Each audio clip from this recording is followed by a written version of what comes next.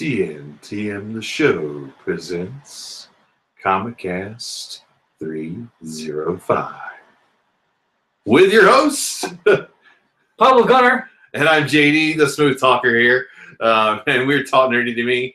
We're going to talk nerdy to you about the comics for the week of September 23rd, 27th. 27th. We just discussed this, yeah, and I don't know if we have anything nerdy to talk about that much. I mean, I think we can cover that pretty quickly on everything I would have to say. There was the new stuff, but I haven't pulled it up, like the new video game stuff, but I haven't pulled it up. Yeah, there's new it's on my phone. Games with Gold, and there's new PlayStation Plus stuff for the month. It'll come out this Tuesday, of course. Age of Comics did do their move, so their big move is complete, evidently. Yeah. They're running out of the new store now, so we'll have to go check them out in the near future. Yeah, I was there Tuesday, or no, I was there Thursday. I took a short video and I threw it up on the Facebook page. Nice. So that's up, but it's just a real quick tour. You know, we'll have to go in there ourselves, one of these days, and during the daytime. Do a full thing, yeah, for sure. Thing. Let's see here. They still haven't released the Punisher date yet, which I'm still leaning towards November the 10th. Armed Forces Day, Marine Corps birthday, that kind of thing. Yeah. And what else? No Dragon Ball Super last night. We have a full hour next week. We have the season finale of Rick and Morty tonight. Okay. So, yeah, episode 10 of season 3 for Rick and Morty is going to be available probably shortly after this cast airs, So, anything else? I think that's it for now. Okay. All right, so let's talk about the comics. So we have our own grading scale for the comics. Buy, skim, and pass. Variations on buy and skim with a strong buy and a weak buy, a strong skim and a weak skim, and then passes where it's toilet paper or whatever, or for your bird cage. Yeah, I don't. They got to read good something. Toilet paper, but they got to read something in the bird cage, man. That material's kind of slippery. Yeah, Have you tried that yet? No. It sounds like you have experience here. And of course, we have contenders and runners up for our best book of the week, The Bebow, our back and bag of the week. And we'll have a timer here, and we're probably going to get copyright dinged for this timer. But maybe. Yeah, I'm considering who it is. But I got a new phone. It got wiped, and his backup was corrupted. Yeah, my backup was corrupted, or not compatible. I think that's what it actually is. But so this is what I have for this week. If you do know it, I will give you a code for it, though, regardless. And but say the name of the artist, the title of the song, and give us the freaking album, please. Sure, if you want. Here it is.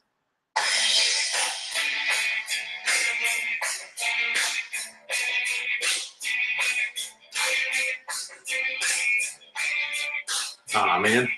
On my head.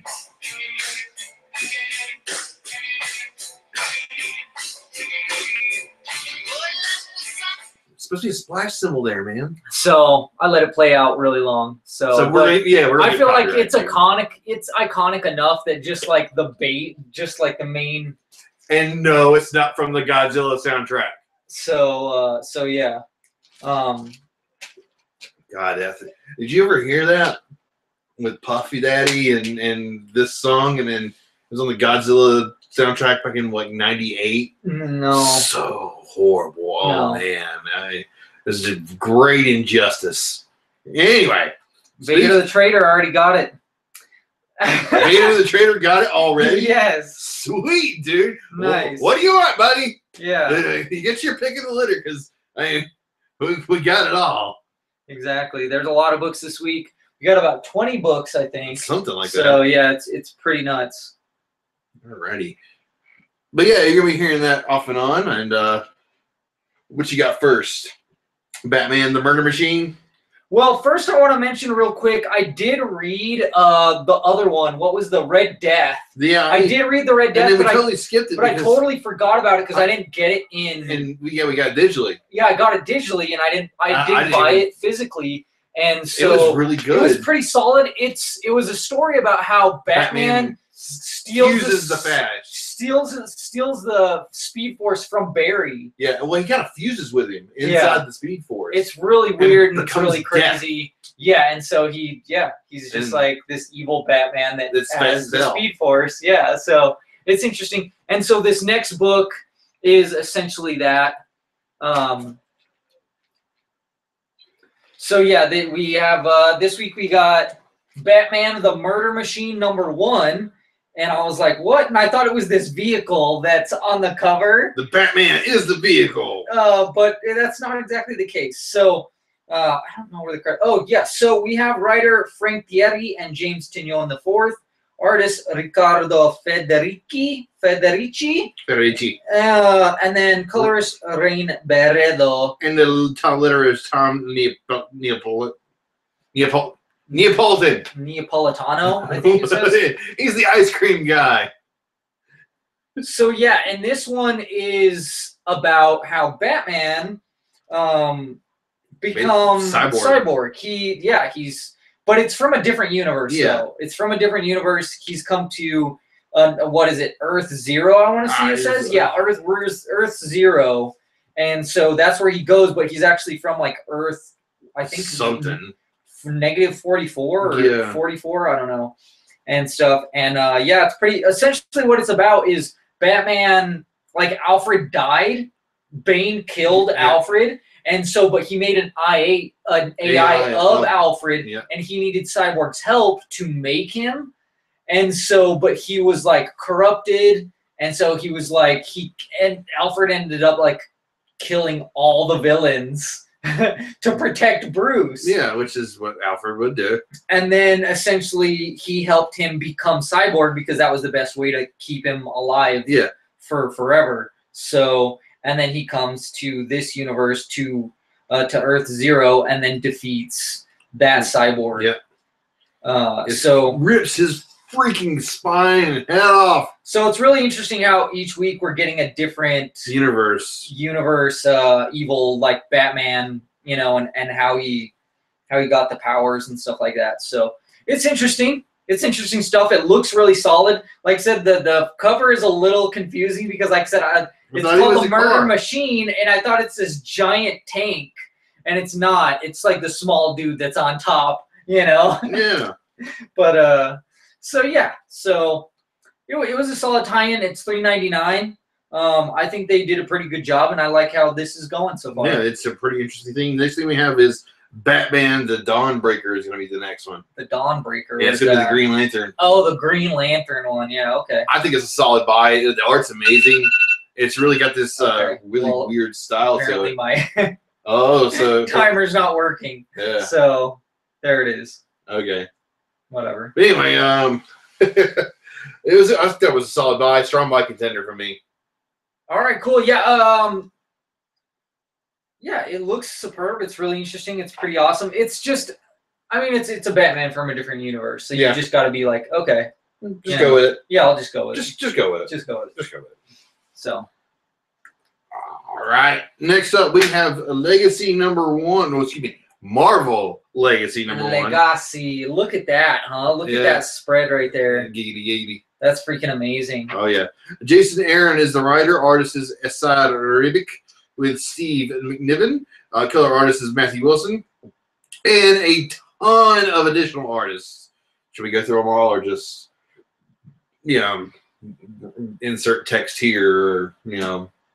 Yeah, sure. Go ahead. Go ahead real quick. I'm just going to read the last names. Sammy Dodderman, Malieve, McGinnis, Emionin, and Grawbadger, Larez, Chung, Acuna,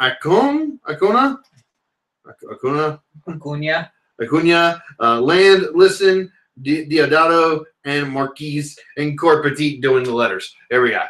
Okay.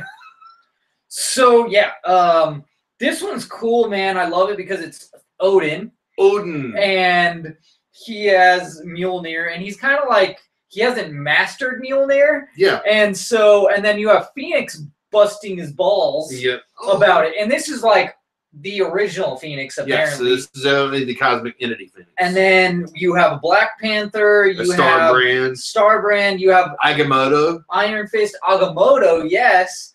Well, there's a Ghost Rider as well. But with I really wish we would have seen the Ghost Rider on the Mammoth. That would have been cool to like actually, even if it was just one quick. Yes, just one quick. And I was like, how can it die? I thought your vehicle or whatever is not supposed to be able to like get destroyed. Maybe because it's organic, I don't know. Yeah. But anyways, there's this celestial that they were attacking, and like Odin's like, we're gonna kill it and stuff. So we're gonna kill it. I don't think they were successful, but anyways, then we jump with Robbie Reyes waking up in Africa, and Starbrand is there, you know, and him and Starbrand get into a fight. And yeah, Starbrand just starts attacking him, and he doesn't even know what's going on, but he's defending himself. He's then we fighting get Loki. him. Loki is leading these frost giants, but they're the runts. And then the frost giants are trying to steal stuff from S.H.I.E.L.D. Yes. And then we get, you know, Cap and Thor, you know, Sam Wilson and Jane Foster. And Ironheart. Don't forget Ironheart. Oh, yeah, don't forget Ironheart. So the new Trinity, you know, kind of teaming up. We get a little glimpse of Cap after post-Hydra. We get a glimpse of Thor in on the Rainbow Bridge. He's just chilling. What else do we get? We see that Tony Stark himself is gone. I mean, he just kind of walks out of his coma. Nobody knows where the hell he's going. I mean, yeah. And then we end up with a fight back where, you know, the Ghost Rider and the Starbrand, and Ghost Rider uses the penance stare on him. I mean, the Deadpool thing was awesome, too, where he was on the crapper. Yeah. So this is just seems to be like a teaser for what's to come. Yeah, this is like kind of a startup for everything. It's a little bit of this, a little bit of that. But the main story is Starbrand and Ghost Rider duking it out with this. And the Neo Trinity being, you know, missing this crate that they don't know is missing, evidently. Right, this Celestial and stuff that, and then the big spoiler that you've probably seen on Facebook or YouTube or something, which is the tease of the Fantastic Four again. I was gonna say somebody else making a return. I'm not even. You didn't want to spoil that? No. Okay.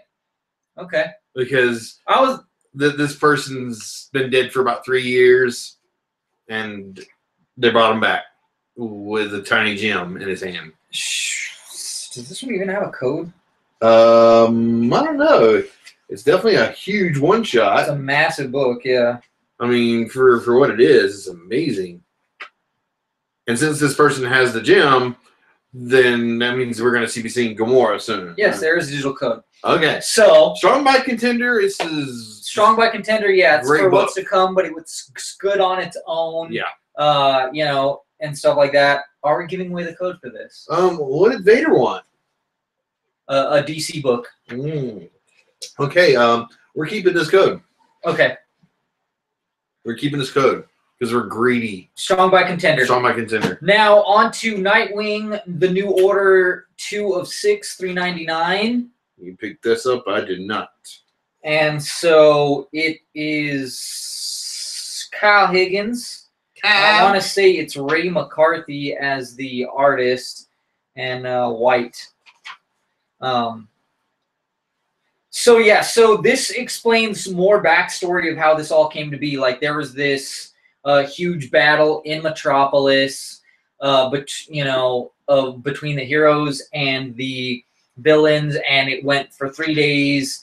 And so eventually, I think it was Bruce that actually came up with this thing that would destroy everyone's powers.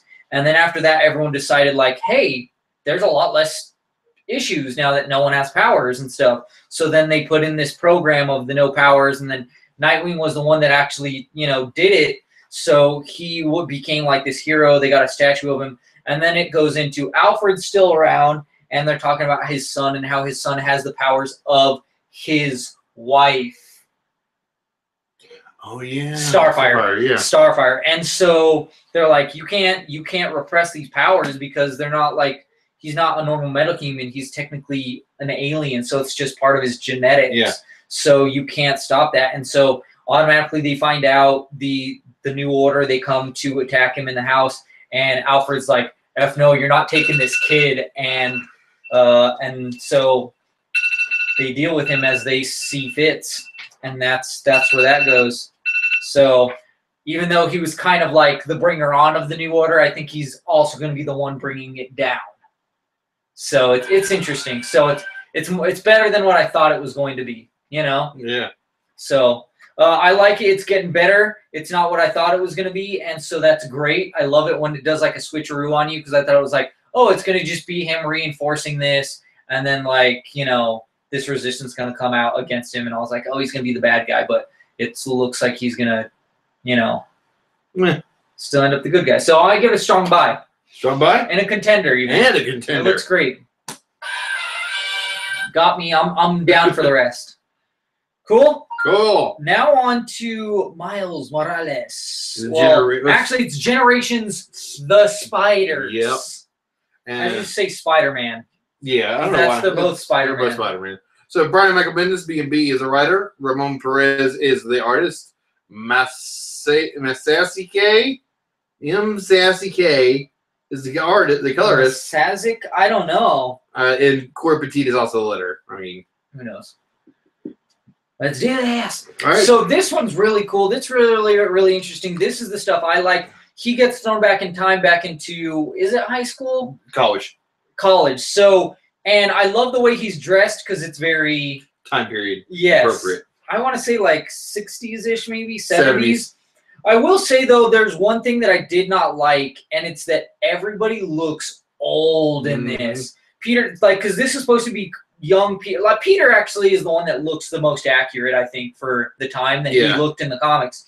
Like, but everybody else, like Harry Osborn, looks like his dad. Yeah, he looks really. old as hell. Gwen looks old.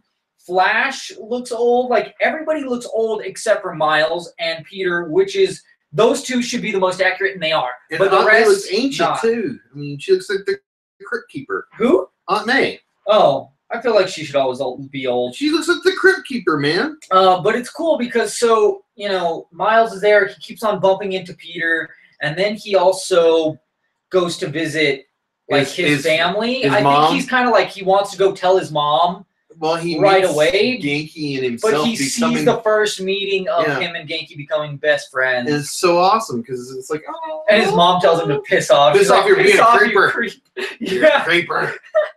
But I love this because are you a pedophile? Peter really has his crap together. It seems like right now in the time period, and he's busting Miles' chops for not having his crap together. And you're seeing Peter when he doesn't have his crap together, and in fact, we're like. It was the issue where right after he did the famous lifting the stuff off of the and got the vial, kind of what we saw in like a bit of what we saw in Homecoming, but not the same reason. That scene was based on the same. It was a selfish reason in the movie, sort of, versus this was comic not. Was for Aunt May. I mean, but anyways, so it was referencing that Amazing Spider-Man issue, and so. Yeah, that was really great for him to see him at that part because now it reinvigorates him, you know? Yeah. To get back in it, to go, okay, I was crushing myself, Spider-Man. And now I know that, hey, if that's how Peter was, we're pretty much in the same place. Yeah.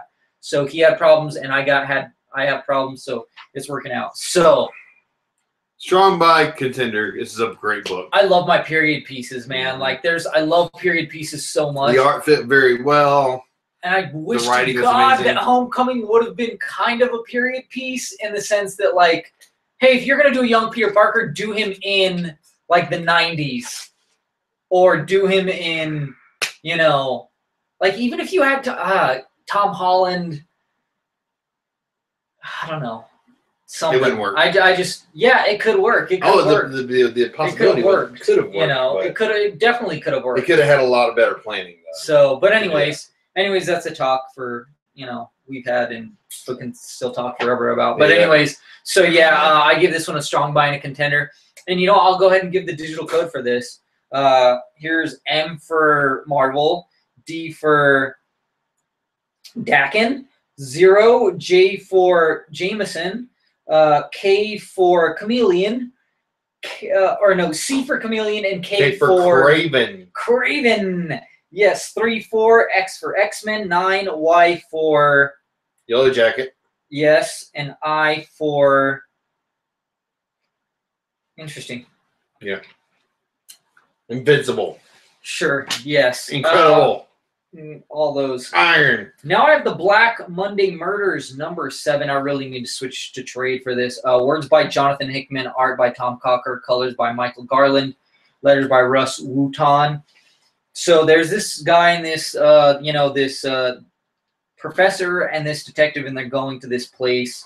Kind of looks like the Federal Reserve or something. He has like these 2 coins, and they pay and stuff. And in fact, he has like this code word, and she's like, that works, but it's changed since you've been here and stuff. And so they go and you have these questions, and they're like, okay, you have questions, but here's the thing, like, you don't get to decide how many questions you get to ask. They it's just based on like kind of how the conversation flows. That's when they decide that it ends.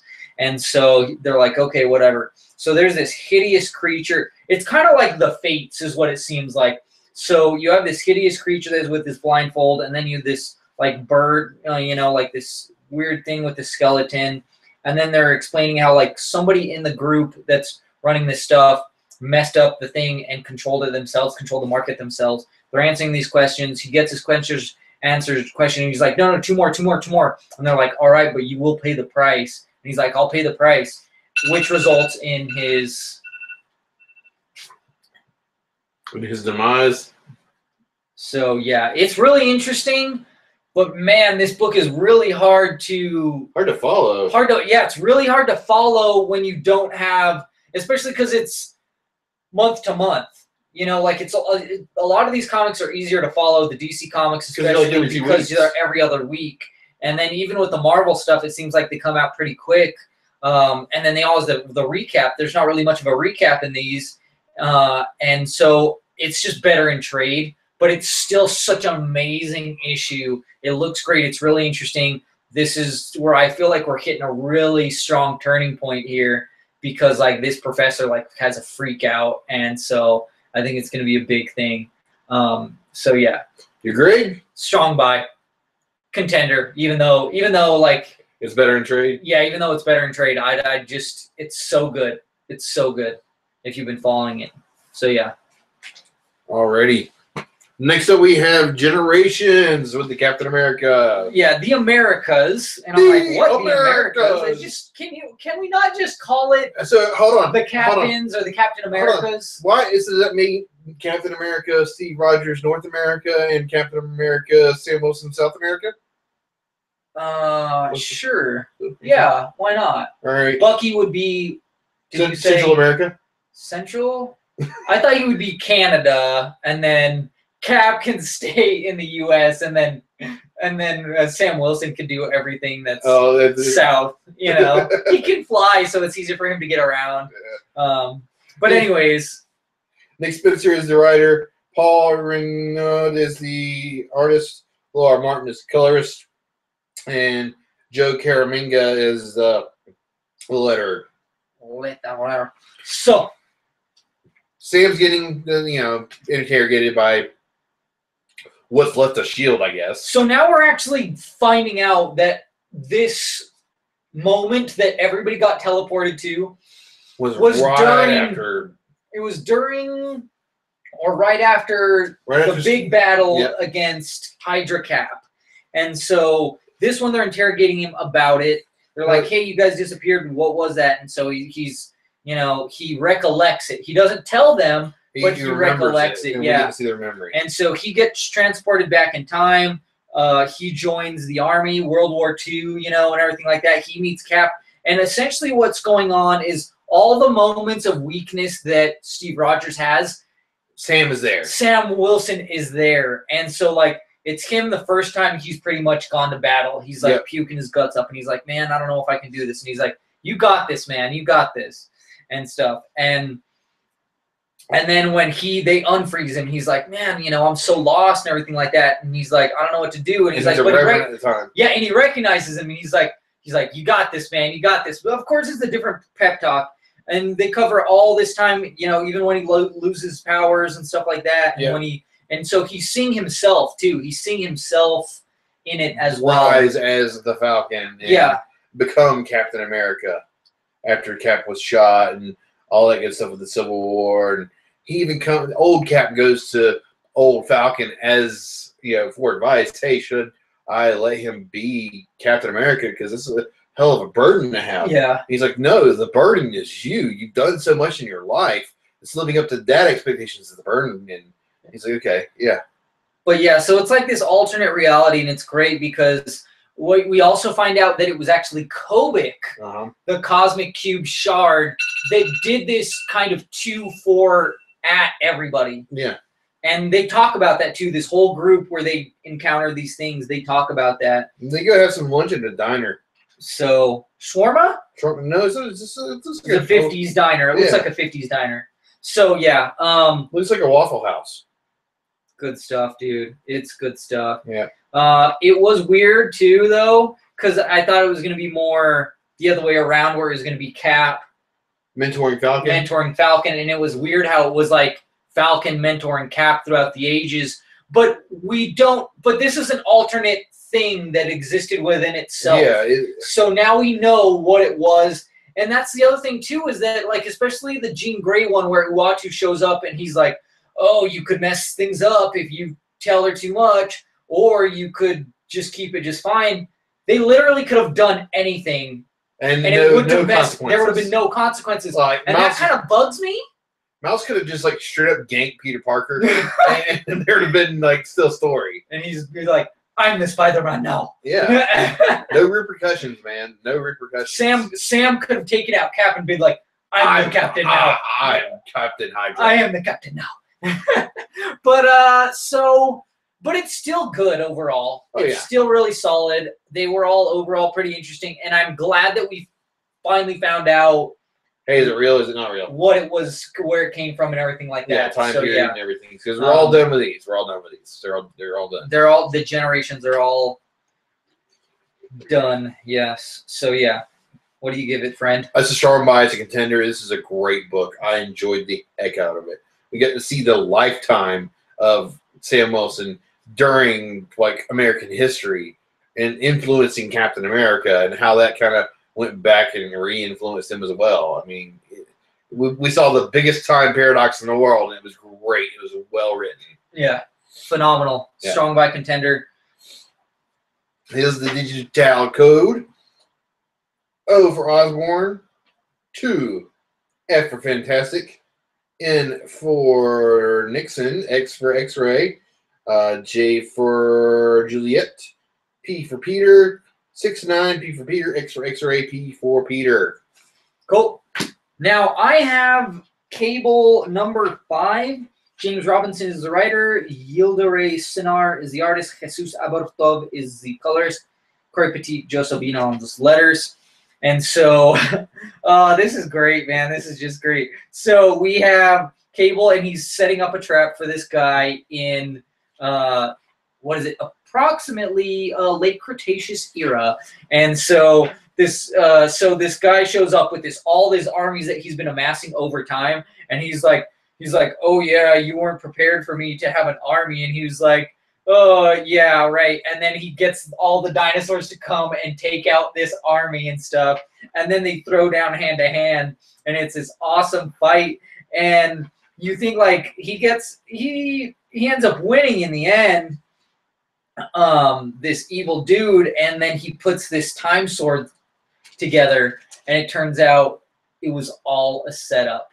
It's all a ruse. It's all a ruse. It's all a setup that Cable planned earlier in the book that you forgot about, where he made he got this guy to make a fake or replica piece of the time, like of the piece of a time sword of it, so that when he tried to activate it, boom.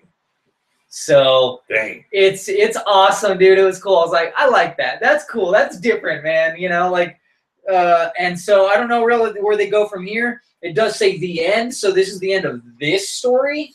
But as far as I know, there's teasers for more, which is I think he's gonna bring like a New Mutants team together. New Mutants. A Neo Mutant. So yeah. So we'll see how that goes. What'd you think? This one looks great, dude. This was really interesting. It's not like there's a lot of twists and turns. I'll jump back into it because this was, for the most part, this series was kind of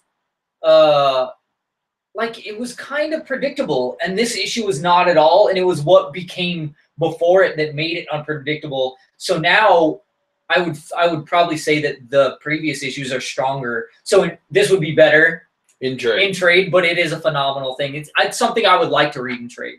So hopefully I'll get that opportunity is the digital code. Digital code. F for Familia, C for Carlos, and for Marcos. 3. W for Huerita. D for Diego. 1. R for Rigoberto. 1. E for Eleuterio. 2. Next up, we have Batman Beyond number 12. This is a Batman Beyond interlude by a guest team of Vito Alaya and Steve Orlando are the writers. Sia is the pencilist. Dexter Vines is the inker, and Tony Avina is the colors. Letters done by Travis Lanham. So yeah, I was pretty jacked off about this because it was it's Batwomen. It's the Batwomen of Beyond or something. Yeah. So it's Max, some chick that's dressed up like Batgirl, and Babs. She is Batgirl. Okay, she is Batgirl. Yeah, and then Babs as the commish. So she gets kidnapped, and then you have Max, and then she's like, all right, we need to go save her. I work with Batman. That's when this Batgirl shows up, and she looks pretty hardcore in the suit. And she's like, you know, I do this stuff here because you guys don't really help here. Batman does more like big city stuff. Then you have Flash, who's part of it, but he's not like the original Flash. Yeah. He's like the, not the son, the godson, I think, or no, the grandson. They also talk about Zatanna and stuff, and like how this girl uses illusions, right? Yep. And so that's what Max is. She's all about the tech and stuff like that. So pretty much the commish, Batgirl, and Max, they all team up to take down Flash and these dirty cops and stuff like that. Not a bad story. I thought it was a really good interlude, whatnot, and has potential to do stuff. We'll have to see the interaction of this group between Terry, Bruce, and Ace. Maybe even Damian, you know? Yeah. I thought it was pretty good. So, it's a strong buy, not quite a contender. It was just missing the Batman Beyond thing, you know? And granted, it was an interlude. It flat out told you it was an interlude. The heck, even the alternate cover said Batwomen Beyond. I don't know if you saw the alternate cover or not. Yeah, I like that one better. Yeah, that one was really cool. Yeah, that's the one that was, where it slashed out Batwomen. Yeah, I love that one. I wish I would have gotten that one. So, how do you feel about this one? Again, strong buy, not a contender. The art was weak. Yes. I thought it was pretty weak. So, let me take a look here. What you got? Got a request? So it was it was interesting. I don't know how much this is going to play into future stuff. I hope it does. So I can't really say, but the art was weak, and it was just like, I feel like it could have been better. Mm-hmm. It was decent, so I'm just going to give it a buy. Okay. Next up, we have Star Wars. Yeah, Star Wars. Jedi of the Republic. Mace Windu. Book 1. Number Part 2. Yeah, Part 2. Matt Owens is the writer. Yeah, you're right. Dennis Cohen is the penciler. Roberto Poggi is the inker. And Drew EFX is the color artist. And we start off where we left off. We have the Jedi kind of fighting for their lives against a bunch of robots. And Kit Fisto's there. Well, they discover this underground little thing. City, pretty much, which is really neat. And they're like, oh, how are they sustaining this? And they're like, oh, these rocks, you know, and stuff. And then this robot general. Yeah, this robot general is reveals itself. We find more about them. And they do take on the robots, which is really cool. It's just awesome seeing these Jedis take on this robot army and stuff like that. And, yeah, it's pretty tight, man. I mean, the action's pretty solid. You get the teamwork between the Jedi Masters where they're reflecting shots. And really using the Force to, like, keep this place together. Yeah. Because it is falling apart. And so they are using it for energy, I think, or something like that, right? They're harvesting the plant life on this planet to just be energy. And it's same old stuff. You know, planet's going to be destroyed unless they win. Same plot line, just different people, different time period, you know? It's okay. I'm actually going to give it a weak buy. I didn't think it was that well done. I didn't think the art was that well. I'm normally into these Star Wars 5-shot series, but this one so far, No thanks. Not right now. I completely agree, man. This whole time I was like, this could be so much better, like in every way, like visually, storytelling. Mm-hmm. Like this is not what I want from a Mace Windu book. Like he's so Sam Jackson. He's so weak in this. I feel like that's the other thing. Yeah. It's like really all you got was that, and you're the second. Was this robot general? Like that's it. Like him taking on Grievous. Grievous would be fitting because Grievous was beast. Yes, he is, especially with all those. But this guy's supposed to be the greatest fighter of all time. Of all time. He's supposed to have the Shatterpoint ability, where he sees the weakness in everything. Come on now. I've never known that, but maybe you know more than me because I'm the Star Wars geek. Yes, you are pretty hardcore. So that book is no longer canon. So. And that like Kit Fisto, I feel like Kit Fisto's not like a lot of these people are not utilized to their full potential. I feel like they're not. The characterization is not top. It's not top notch. It's not. It's just like okay. So weak buy, strong skim. It's the same thing to me. So. I completely agree with the weak buy. I personally was like I was thinking about continuing just because it is a limited series. Mm-hmm. But after this issue 2, I'm thinking I'm gonna drop it. I'm done. I'm not gonna waste what is that? $4, $8, $12 more dollars. Yeah. So nope, not worth it to me. But if you want to check it out, tell us what you think. Argue with us. Here's a digital code for it. Ooh. I'll read it off. Mr. Star Wars. Yeah, Mr. Star Wars. F for Falcon, C for Chewbacca, M for Moff, D for Droid, D for Droid. Yeah. A for Afra, P for Palpatine. Palpatine, yeah. P for Palpatine, B for Boba, I for IG-88, C for Chewbacca, and the number 9. Yeah, let's throw that somewhere else. Scrap it. Yeah. No. So now we have Mighty Morphin Power Rangers, number 19. Kyle Higgins is the writer. Hendry Prasieta is the illustrator. Colors by Matt Herms on pages 1 through 8. And then Joanna Lafuente does 9 through 20. And letters by Dukeshire. Yeah. And then we have The Misadventures of Squat and Baboon later, which is pretty much the same team. Yeah. So this one's really interesting, dude. They have this person, and then all of a sudden it turns into monster. This like mole monster. Yeah, mole monster. And then we have Kimberly and her dad kind of talking, and her dad's like, "Yeah, I'm kind of like gonna propose to some chick." He's like, "Oh, okay." And he's like, "Hey, that's Tommy." It's awkward. That's Tommy. Yeah. That's Tommy. Hey, Tommy, come here. Come here, Tommy. And even Billy, he has a run with Trini. I thought that was an excuse, but they actually are running together. Yeah.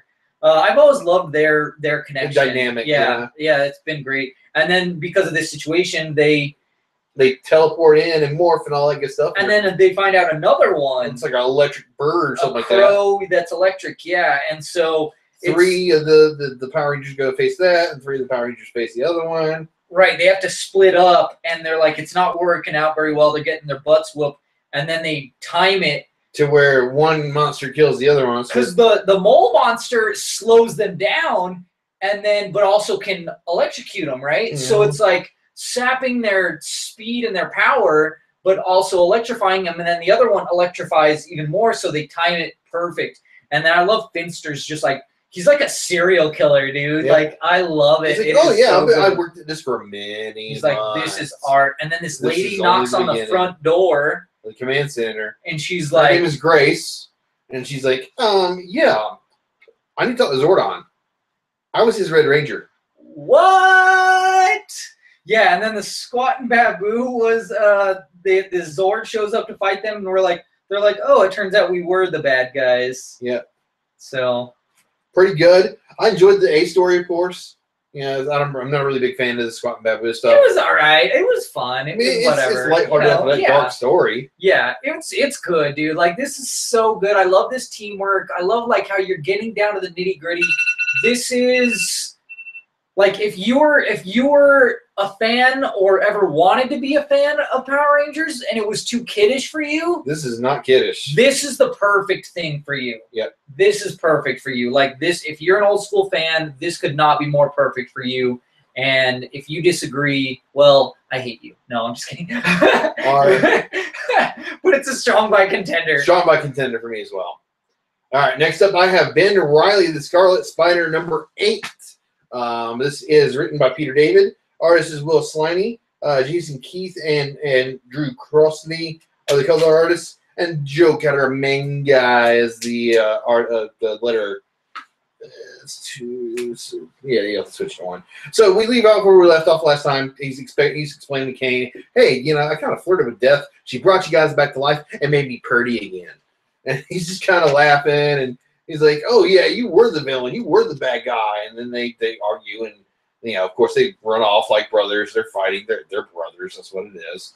And then we have this it's a monologue by some guy hiring the Hornet, which, if I'm not mistaken, I thought the Hornet was one of Peter's aliases during the Identity Crisis. But anyway, we see Ben going and talking to this little black girl, the one he was trying to save the entire time. Mm-hmm. He gets all upset because it's only a temporary fix, and she's still kind of dying. But he's got a few months now to kind of fix it. And so he runs back into the Hornet here, and the Hornet's trying to steal stuff, and he kind of becomes the Scarlet Spider and stops the Hornet and whatnot, only to find Ricochet, another one of Parker's identities during the Identity Crisis back in the day. So I think the interaction in using the spinners, because I think that's what they're called, is the spinners. Okay. Or the identities, because it's Dusk, Ricochet, Prodigy, and I want to say it's the Hornet too. Okay. But I think it's the 4. Mm-hmm. But yeah, I think it's a really good plot point to put it in that way, because he's kind of fighting himself and he's kind of not. And yeah, I don't know where it's going to go.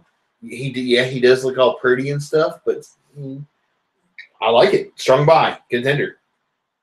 I was going to say, this seems like the perfect thing that if you were a fan of that stuff back then, it harkens back to that. So it's totally for you. If you have no idea, though. Yeah, you might want to stay away. Maybe not.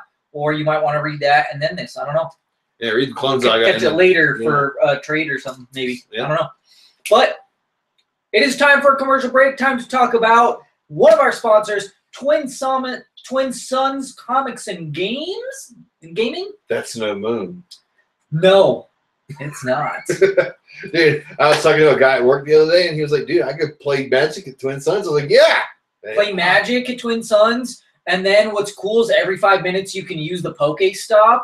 So, and then there's a crap ton of Pokestops in that area and Pokemon in that area. So, like, you could literally just walk around that area, like, all day and just get Pokemon all day. It's superb. So, I love going there by myself. Don't tell why. Because then I can hit all those Pokestops, and she's like, but it's weird because I'm like, I'll like drive and then stop and then drive and stop. I got to pull over, and people are like, what the hell is this guy doing? Yeah, drive. This creep. So, yeah, that's really cool. But yeah, they do all kinds of tabletop gaming. They have Friday Night Magic.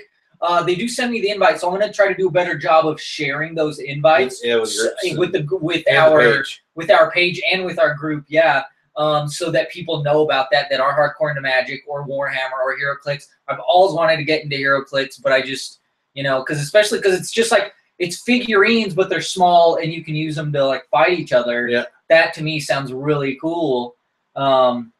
So I've always wanted to get into it. I just have not had the opportunity. Maybe one day I'll have the twins teach me.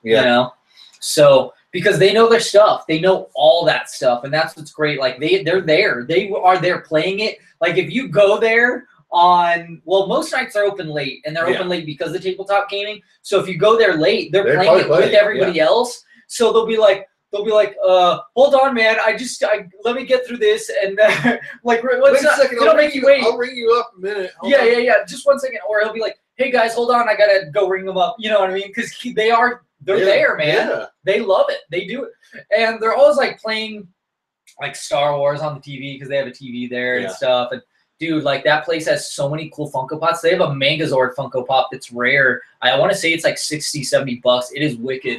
They also have another one that I thought was rare, but maybe it's not because it's only like $20. It's the Rancor, Luke Skywalker, and The pig- Twi'lek. Okay, but not Pondabobo, but Come on. I can't remember his. Come on. It's the guy with around Salacious Crumb. He's got the one tentacle. Hey, Jabba no Bada. No. It's the girl. Oh, Ula. The girl. Yeah. Ula, okay. Yeah. She's so hot. See, now see, he's also Twi'lek. So that one was only $20. So, yeah, dude, that's a steal.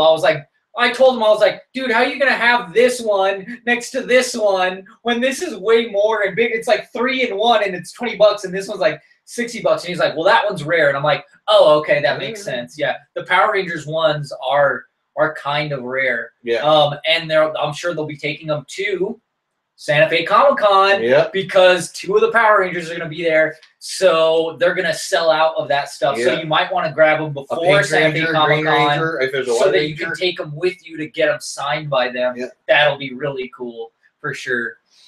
So, and we're gonna have to do like a Power Rangers like music video or just any kind of. I want to do a Power Rangers music video where we do like some cheesy like karate dance fighting type stuff. They've got America for but yeah, so anyways, yeah, so they'll be there for that. But yeah, they have all kinds of statues. So if you're hardcore about statues, that is the place to go. They know their stuff. Like I said, once again, they have all kinds of graphic novels. They have like the boxes that are like specific, like the legacy ones. They have all these event boxes so that you can throw your back and bagged comics into those. So it's like, oh, legacy books, boom, in the legacy box. Dude, I've still got to complete all that stuff. Like you can put it in there. Them, man. So I don't think that's more. I don't think they have a box for that. No, they have. But you could just get like an X-Men one or whatever. Or just a regular. Because I'm only missing 2 comics from my entire Age of Apocalypse series. It's really, really cool. Yeah, and they have snacks in there. They have shirts. Dude, they have these awesome backpacks that are like themed of different. They had a Captain America one, sold out right away. But they have a Link one or Legend of Zelda one, and then they have other ones like Pokemon ones. They have just everything there. Like so much nerdy stuff there that it's just crazy. Cards, tabletop gaming, comics, graphic novels, statues. You can't, Can't really go wrong.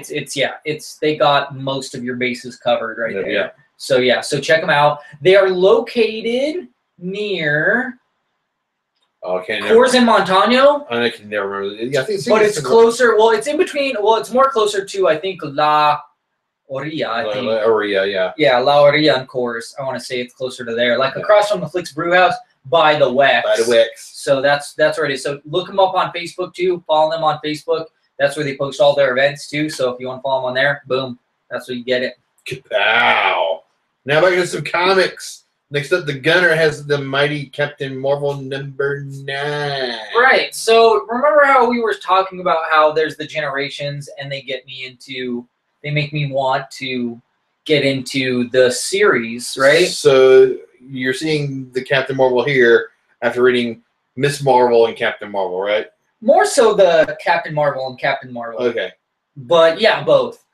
So yeah, this one's the Mighty Captain Marvel #9. We have Margaret Stoll as a writer, Rose Stein and Ted Brandt as artists, colorist Eric Arciniega, and then letter Joe Caramagna.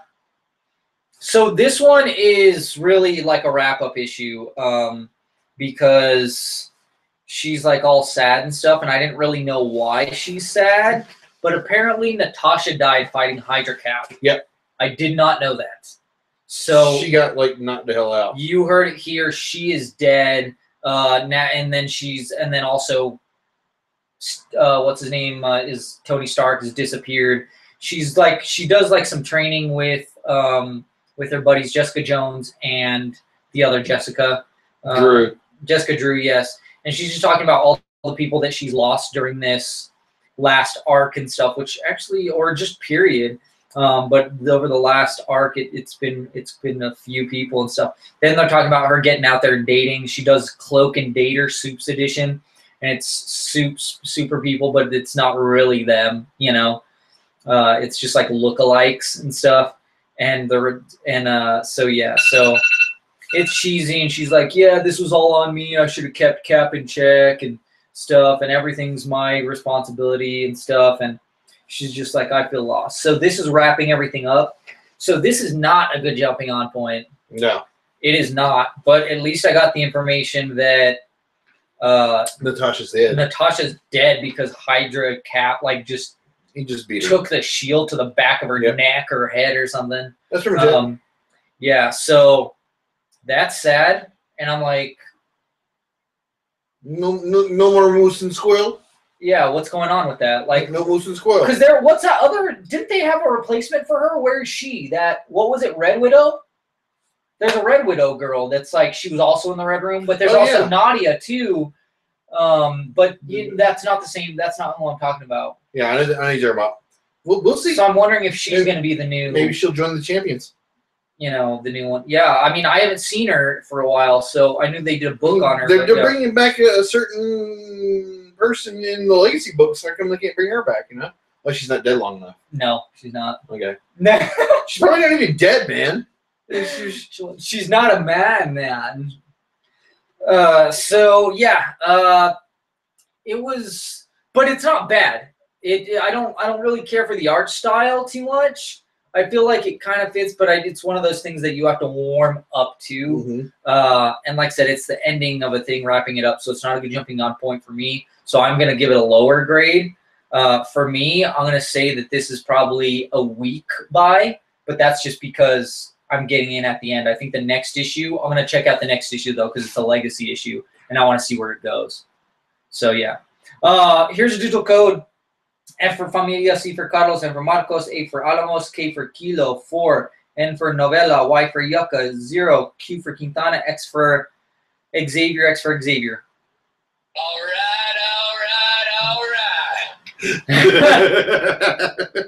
You don't need that. You're good enough on your own.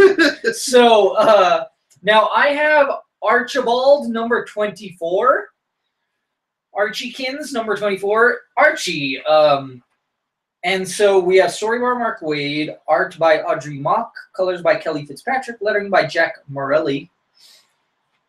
And so we have Betty, and she is in a wheelchair. And she's seeing like how difficult things are, like because they're not that accessible, you know? Yeah. And then she's also like, she's very strong, so she's like, I can do it on my own. I can do it on my own. I'm good, you know? Like she's not rude, but she's she's just tough. Yeah. And stuff. And she's Betty. And then the dad is like, hey, we don't want anything to do with the Archies, okay? None of them. Not any of them. And they're like, so, and he's grounded anyways. Reggie gets hauled off to jail, so that's like the one silver lining, kind of. Okay. And then they have a bake sale for her. Like, they're all trying to save up money for her because they have to get the house, like, retrofitted for accessibility, yeah.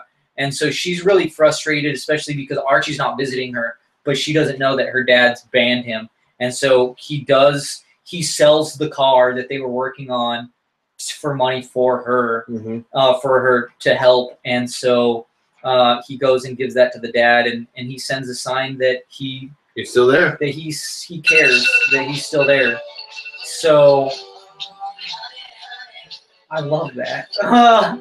Perfect. I'm gonna cry. This was so touching. And this art was so perfect. I love it. And it's I just love Betty. Like, she's so great.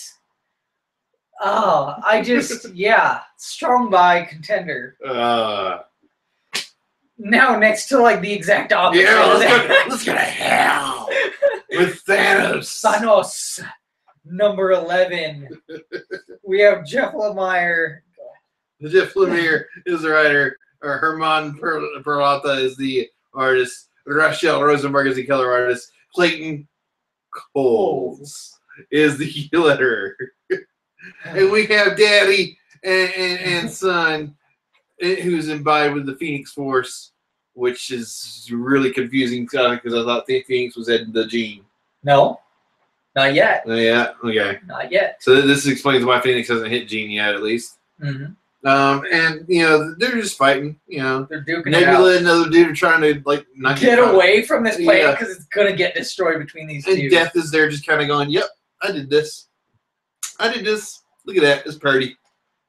I love how thick Thanos looks. Like, I've He's always like- loved how thick he is. Like, he's just solid. I'm like, man, I wish I had that monstrous build where it's just these monstrous, like, legs. He's just like, but he's so perfectly proportionate. You know?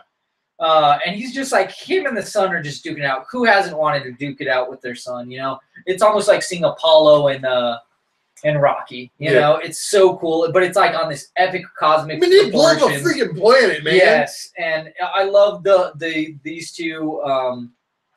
What is it? The Champion and Nebula, like trying to get out of there, and then they get sucked into that crazy.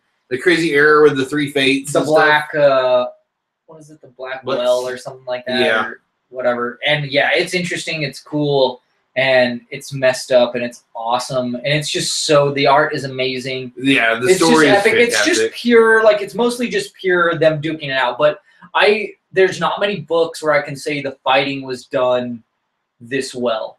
Like that's one thing I've noticed. Like fight scenes are really hard to do when it comes to art, and so this one knocked it out of the park with fight scenes. I thought it was really good. Beautiful art, like you said. The story and action is compelling. You're just seeing Death there going, The scope is just awesome. Did this. The magnitude. I caused this. Strong by contender. Absolutely. That is true. They did get riggedy wrecked. It was amazing.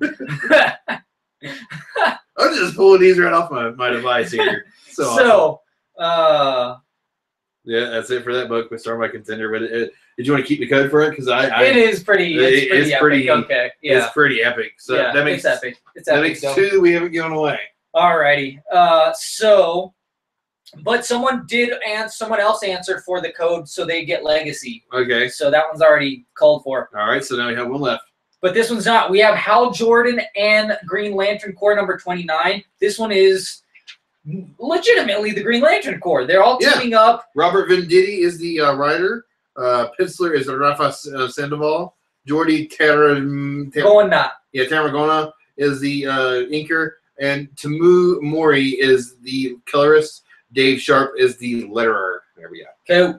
So yeah, sorry, I was already getting into it. Yeah, you're excited. So yeah, so it turns out it was all the plan of the Yuga clan, Yuga Khan, which is the father of Lauren? Yeah.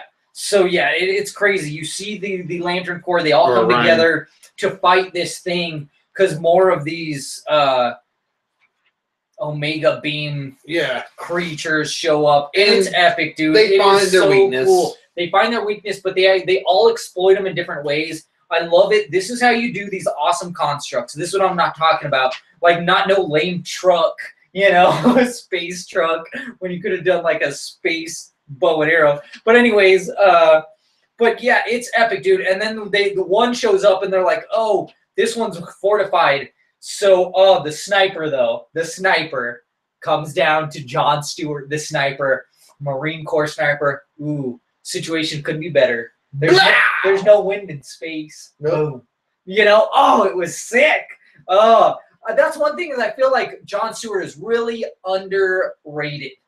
But, he has to do leader stuff right now. So that's part of it. It was freaking epic. Everyone comes into play. It's good stuff. You have Gardner doing his thing. Yeah. Everybody showing up, doing their best. Kyle Rayner's recovering. Oh, yeah, Kyle, because he was doing his thing with the, the heart machine thing that he was maintaining. Yeah. That was pretty hardcore. Yeah. It was, dude. Doesn't get much better than Strong this, by contender, man. Doesn't get much better than this. Yeah, strong by contender all the way. Green Lantern's light.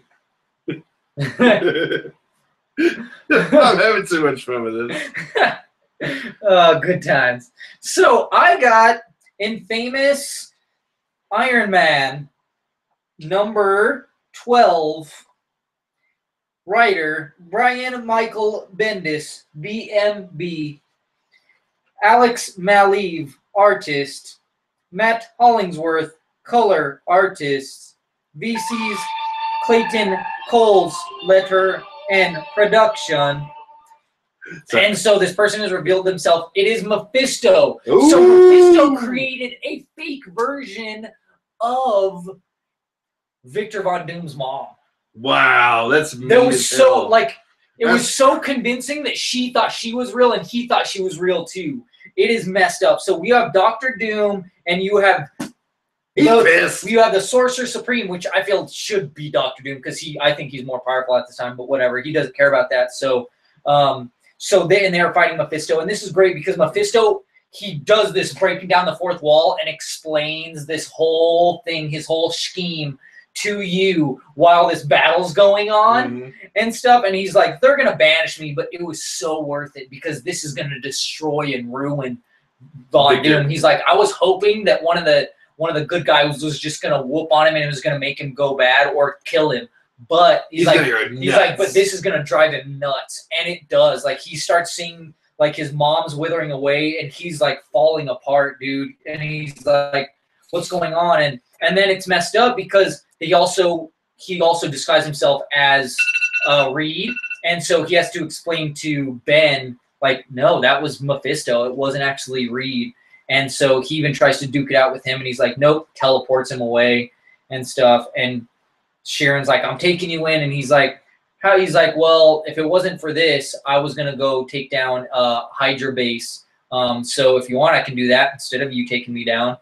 And you can tell that he's automatically going, I'm throwing myself into my work. Yeah. To drown myself from these sorrows. You can tell because he's doing kind of like the Tony Stark Iron Man thing, which is staying in the suit. You're not seeing his face. You're not seeing his emotions. And I think eventually he will go back to being a jerk. Well, I don't know, but he's going to burn out, you know. And, there's also these prisoners that are like, we're going to take him out. And then there's something else. Some lady that he may or may not have had relations with turns out pregnant. So that's another interesting. The Son of Doom? So. So, yeah, this was such an amazing issue. It just blows my nuts off because it's just crazy. Like, this Mephisto was so well done, and this is something that it's going to cripple Victor over time. I know that he's just going to, yeah. So I'm going to keep this digital code because this is just too damn good not to. Strong minded contender? Yeah, for sure. No doubt. Next up, we have some Flash. Number 31. This is Joshua Williamson as the writer. Neil Googe is the pages 1 through 10. And Gus Vargas is pages 11 through 20. Art. Ivan Placencia is the colorist. Tom Napolitano is the letterer. And it's the Bloodwork finale. So Mr. Bloody Guy he's taken over the city with his blood work, like his blood attack and stuff. And he's figuring out like, oh hey, I can do this. He's kind of like the heart. So what I need to do is like shock him. Yeah, I need to defibrillate him. Yeah. And he turns into this disgusting monster that actually I wonder if he has a connection to the Red because of this, because he looks like a red monster. Yeah. So that would be a cool thing to exploit later. The Fresh defibrillates him and stuff and stops his heart or whatever. And it doesn't look like he uses. It looks like he might be using a combination of negative and positive. Yes. So that looked pretty cool, and that was pretty awesome. And they're like, "Oh, we got you," and he's like, "Oh, there's no evidence." Well, this other girl, she's been working on another part, and she's like, "Oh, Barry, we did it together," and he's like, "No, this is bull. You did it on your own. I messed things up." And everything like that. And so they're getting transferred to Iron Heights Penitentiary. Both of them. Yep. And she's pissed. She's pissed about it, yeah. And so, and then I love how Wally, he's like, you know what? Hey, Wally, I'm going to give you the Flash ring because I'm not a Flash anymore. I don't deserve it anymore. He's like, shut up. I'm a danger. And he's like, you know what? I'm going to train you how to use these negative powers. And because, like I said, I think he can learn how to tap into both, or maybe go back to we'll his see. previous. Very good book in my opinion. I thought it was pretty interesting. I didn't have any issues with it. I think the art was pretty consistent. And I enjoyed it. I think he's a strong minded contender. Yeah, there's some good twists and turns because you're like, oh, you can't get me, and you're like, damn it, and then they're like, oh, we still got you, you know, and then you're like, yes, you know, and then he's like, oh, I'm giving up the flash ring, and he's like, but no, I'm training you, and he's like, yeah, you know. Yeah. So yeah, strong by contender. Yeah, strong by contender. Wow, beating that timer. God damn her. So X-Men Bleu number 12. Azul. Writer Colin Bunn, artist Douglas Franchin, inker Scott Hanna, color artist Guru EFX, and Matt Yaki, letterer Joe Caramagna. So we have Storm, and she's their Bloodstorm, right? Yep, Bloodstorm. And she's explaining her thing. Now, I thought because of the red eyes that she was, what's his name with the king, the Shadow King, but had taken over her body. That's not the case. Remember that comic I showed you the other day? The team with Dracula and Egg meets the X-Men? Yes, and that's why I was confused. That's and I was like, what is he talking? So, yes, she's actually a vampire. And so she lost control. And she ate everybody. Yes, she ate the X-Men in her universe. So that's how she got her to be on this team. But she's starting to see how she's using everybody. And so like she's bringing out the sisters and stuff, and then they're trying to get Beast, but Beast is like, nope, it's too far gone for me. And then they have Blob. Yes, and they're attacking him, and he has his second mutation. He looks grotesque. And he melts. And I don't know. It's really weird. And so yeah, and even like there's this Quicksilver. Type thing. Yeah, it's just all kinds of crazy. They're getting their butts whooped, but they have this other team. Was it Marauders or something like? No. It's the Hexmen. No, not the Hexmen. That other team from Madripoor that was like from Patch. Oh, the Patch team. And then they do get through Beast, which he looks like different Beastly, like a Hell Beast, and but he does, he uses his magic against this lady, so he ends up being the go-to, in the end. So it was pretty solid. It's interesting. I like it. What do you think? I think it's a good book. I enjoyed this art completely because, well, it's the whole what is it called? The Dark Inferno, the Inferno series. Is what it is for me. It's a very good harkening back to that. Got to see Madeline Pryor. Got to see a good conclusion, and Bloodstorm. Bloodstorm is so awesome. Yeah, she was cool. She was like the main narrator and like turns the tide. Strong by contender for me. I enjoyed the ever-loving crap out of it. Same here. Got a digital code for this. Ooh.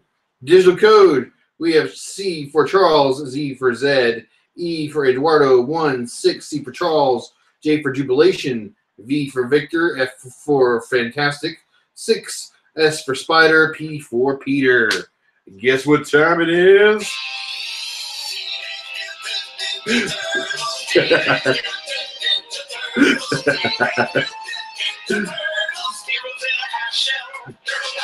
Yep, it's time for Teenage Mutant Ninja Turtles number 74, $3.99. And yeah, I was like, it's been a while since we got one of these Dimension X, side books. Yeah, so anyways, its story is Kevin Eastman, Bobby Curnow, Tom Waltz. Tom Waltz's script, art, Corey Smith, colors, Rhonda Pattison.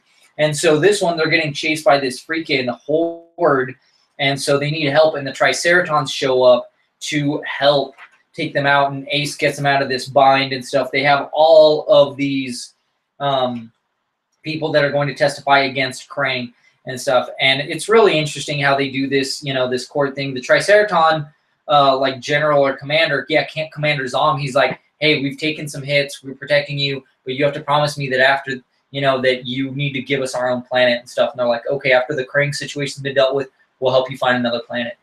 And he's like, okay, otherwise we're coming for you, And so, yeah, it's just so great. Fugitoid's like the lawyer for this, and then you have the bad lawyer, I'm just gonna say, and stuff. and how they use things against them. Man, I just love how it turns out because some of these aren't the best people, but then a fight happens, some battle happens, and so they have to take a break, and then someone deals with the judge, finger to the throat and stuff. Yeah, this is really interesting. This is really awesome. I'm really scared for the future. But I'm just to see where it goes. Strong by contender. You know it. You gotta know. All right, next up we have some Gwen. Spider-Gwen. Yes, number 24. Same team. Jason Latour, writer. Rabio Rodriguez, artist. Rico Renzi, color artist. Clayton Cole's letter. So we have Wolverine, and he actually has this. Wolverine has the Venom symbiote, and it's allowed him to unleash and just go on a rampage. And they're like, well, we have this device, you know, like the Sonic device that gets it off. You know, Kitty's there, so they're like, phase through it, and then Shield, and then Gwen will take over it. Yep. So that's essentially what happens. I will say though that as much as this one has been built up, this is kind of a poor confrontation here. It's really oh my quick. God, this was so weak. It was such a huge letdown. For one, the Gwenum, Spider-Gwenum looks weak, like weird and just dumb. And I've seen so many awesome iterations in cosplay, even though it's not a thing. And I'm like, way better. Come on, like you really couldn't come up with some inspiration, and it looks like and this it comes crap? up like it looks like this. It looks hideous. It looks dumb, and like it's cool only because she kind of goes dark and attacks Murdoch, and I can't wait to see her mess him up. You know, that's gonna be freaking wicked as hell. Yeah, but that is like the best part of this book, and like. What's bad though is the Venom. It does make her bad though because she attacks the cops that didn't protect her dad. Yeah. And she's like, "You're not helping this. In fact, she's just making it way worse." So I think she's gonna unleash now. But oh my God, like I kind of don't want to get it just because it looks so bad. Yeah, I don't like this costume design. I didn't like the lead up to this. It was too easy. It was too quick. It needs to have more development. This is... I feel like if they would have done it in the previous issue, it would have been better. You know, like they said, oh yeah, because they're even in this, they're like, oh yeah, someone of equal or greater power can take on the symbiote. So they're wrong about that. Yeah. But I wish that this could only bind with her. You know, not just anybody. And that's disappointing to me. As well as like if they would have done it in the last issue, I think it would have been way more powerful to have it like take over her in the last issue, and then she just wrecks Wolverine and she wrecks Shadowcat and she wrecks Matt Murdock. And then she finds out her dad's dead, and of course the biggest and then wrecks the police. Like she just goes on a rampage, but not looking stupid. Mm-hmm. Like I'm sorry, I've loved the art this whole time, but this is by far their worst artist choice they've ever made. Like horrible character design. Like. I'm not like I know that's kind of like a dick thing to say. No, it's not. It's honest. Like there's so many greater versions out there of cosplay that I've seen of this, and I'm like, this is a hideous design. Like I don't even want to send this review, like tag these people in this review because that's what I usually do is I tag the artist, the creative team when I do it through Twitter. But I don't want to because like this is bad. This is bad. I feel like they should know, but it's not going to make a difference. No. I feel like they're going to stick to their guns, you know, and whatever. But, yeah. I think this costume choice is going to be short-lived. I hope they change it, you know, because it's... Hopefully she'll, like, gain control of it and become more like her other costumes. Or I don't know. But we'll see. Something needs to be done with it because it just... Like, it doesn't look bad when she reveals her face. It looks okay. Mm-hmm. But... Yeah. What do you give it? I give it a skim. Wow, you give it a skim. I give it a skim. Dang. I think this is essential to the story, but the way that it went down could have been like it could have been done better, and in every way. Like this was the biggest letdown for me. Visually, it could have been done better, and story-wise, it could have been done better. But I feel like this is a pivotal point because of what's probably going to happen next. Maybe you can skip it. I don't know. I don't like it. So you're saying it could be skipped. It may end my Spider-Gwen reading. Ooh. I mean, I'm going to check the next issue out because that's what I do. I give it a shot and a chance because creative teams have different ideas. Things change very rapidly, but for me right now, it's a skim. What'd you give it? I'm going to give it a week by. A week by? So here's the digital code. F for Familia, C for Carlos, and for Marcos, 1, R for Rigoberto, I for Inigo, or is that an E?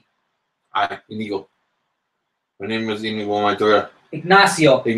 Just to be more clear. Z for Zorro, S for Señorita, E for Iluterio, I for Ignacio, 2, U for Uganda. I don't know. It's time for some Batman. Oh. Yeah, that goes in a different Yeah, that doesn't go there. So now it's time for Batman Detective Comics number 965. This is $2.99. James Tynion the fourth is the writer. Eddie Burrows is the penciler. Eber Ferreira is the inks. Ferreira is the inks. And Andrea Lucas is the colors. And Sal Cipriano is the letters. Okay, yeah. Okay. Gotta speak that accent. Yep. So we kind of get the story of Dick, and he's like, this is what happened. Not Dick, but Tim. Tim. You get the story of Tim Drake. How he became Batman. How he became Robin. How he confronted Batman. Dick first and was like, "Hey, you need to go back to being Robin because Batman needs a Robin." And that's the way he's been the entire time. And so, but he's Nightwing. So, he's like, he even went back, but he went as Nightwing and it wasn't the same. And so he's like, so I had to do it. I had to take it on. And so he's talking to Mr. Oz, and Mr. Oz is Jor-El. Spoiler alert. And so, and it's great because he does figure out he's the tech guy, but he's like, oh, he's Kryptonian. So he's like, yeah, it's been taking me time to get through this. But I love how this is like a trial and tribulations thing for him because now it's the Batman version of Tim Drake. Yeah, I'm really the Tim Drake of tomorrow. And then, but remember, there's also other people there, and he released everyone in this prison, including Doomsday. And so I'm wondering if this Batman is real or not. Yeah, because it might be an alternate universe. Yeah, because it's Jor-El. I mean, he has... Because, right, Jor-El is dead. I feel like he has to be alternate universe. There's something... He's saying he's for real. He's saying that he was somehow... But he was teleported away while he's being cooked alive. And yet he's infused with kryptonite, and it's not... killing him. It's not killing him. He still has his powers. And he still has the sun. He has to be a different universe. It has to be something different. He has to be. There's no way. He could be freaking Manhattan himself.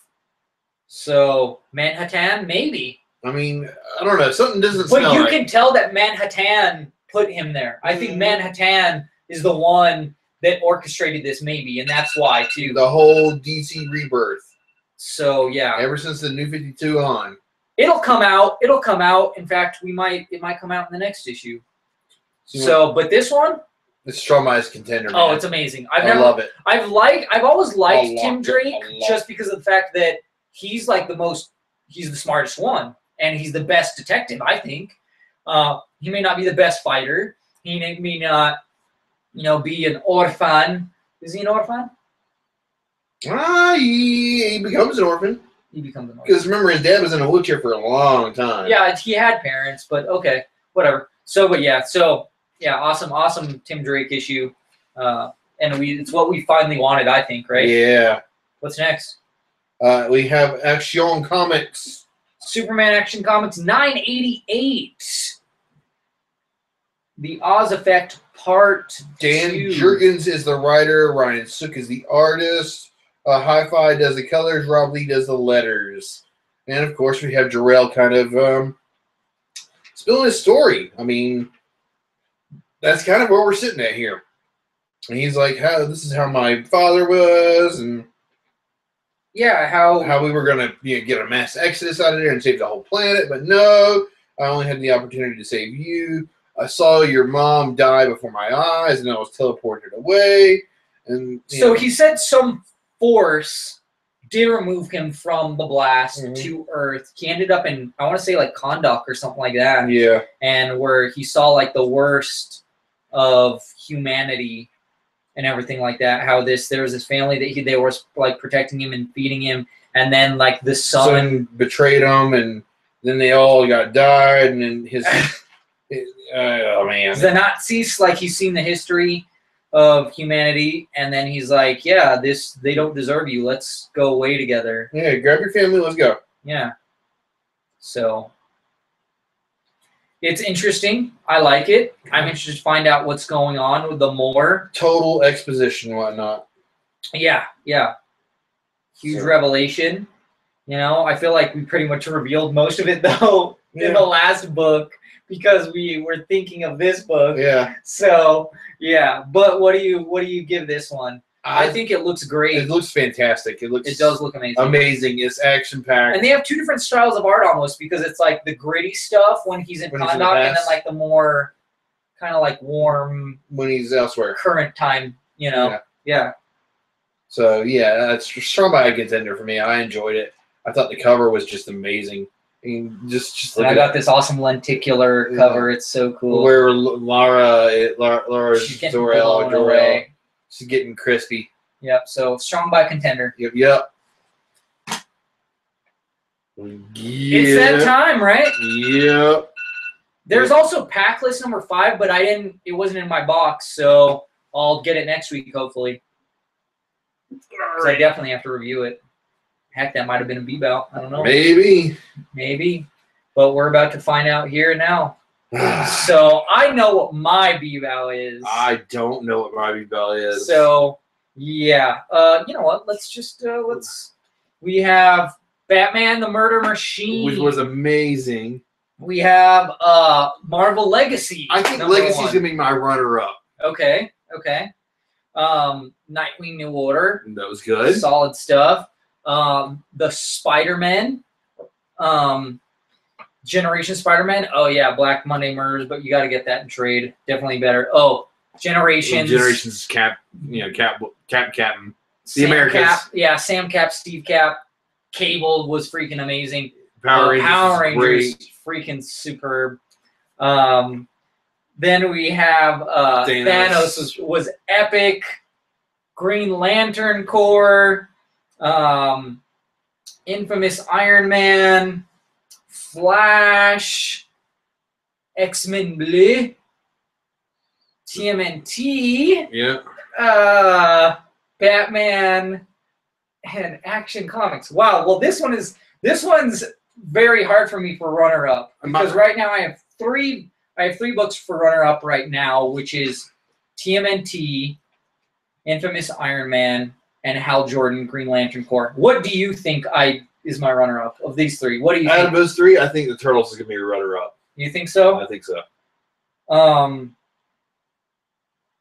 You know what? I'm gonna go with Infamous Iron Man, just because, like, dude, that Mephisto stuff was so good. So The art yeah, was Mephisto's amazing. always awesome. Doctor Strange thing, the Mephisto, like, breaking the fourth wall, explaining everything, that was so cool. And then just how the effect that this is going to have on Doom, like I said, he's doing the Tony thing. He's staying in the suit, shields down, you know, he's going to put himself to work and everything like that. But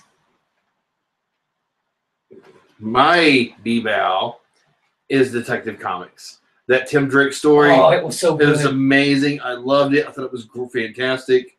It was so good. So, yeah, that's my B-Bow. However, yours is definitely going to be Archiekins. It's Archie. Archibald number 24 is my back and bag of the week. Best book of the week. It shook me, man. It rocked me to my core. When I get emotional, Rocky like a hurricane. when it gets me emotional, it gets me feeling emo. That's how I know it's the B-Bout. You know, man, I'm tearing up. I'm feeling it. So that's why it's easily, like, this one was easily the B-Bout, easily by far and large, because there's just, Betty's great. You didn't get Veronica in here, but, you know, I just love Betty. Maybe we'll see your next There's issue. a couple ladies, you know, I know that remind me of Betty. and stuff. That's another reason that. And then just the way that the whole thing happened, and I love makes me wish I lived in like a small town, like that. I don't know. I grew up in a small town, man. It's not that as good as it was. Yeah. No, the grass is definitely not greener on the other side. no. You Being can't- a little nerd kid, it was You not. can't fart without somebody knowing what's going on. Yeah. Oh well, I work in that type of place, so it's like a small town up there. So yeah, I know how you feel on that end, but yeah, everybody knows. Yeah, everybody knows everybody's business, but they also look out for each other. So, That's true. So there's that. There's that other side of the coin. So tell us what your back and bag of the week is, and that's it for us for now. So I know everybody's feeling all sad and stuff, but Check out some Rick and Morty later on this evening. yeah, definitely. Love that episode. I love that part. But when he breaks up with Ava, right? Or she breaks up with him, right? No, this is the Evil Morty theme, man. Oh, was it? Yeah. I thought it was like when he puts on like that he's trying to like blow up his head. From Now is the time evil, for action. but whatever. But yeah, so tell us what you thought of these books too that we gave away, and Check us out on all social media. TNTM the show. Show. Congratulations to our winners on for tweeting us our stuff, even though it didn't work out so well. Yeah, we'll get to We'll that. get it all fixed up in the near future. So yeah. So tall nerdy to me, tall nerdy to this guy, and keep your eyes hungry for Comics.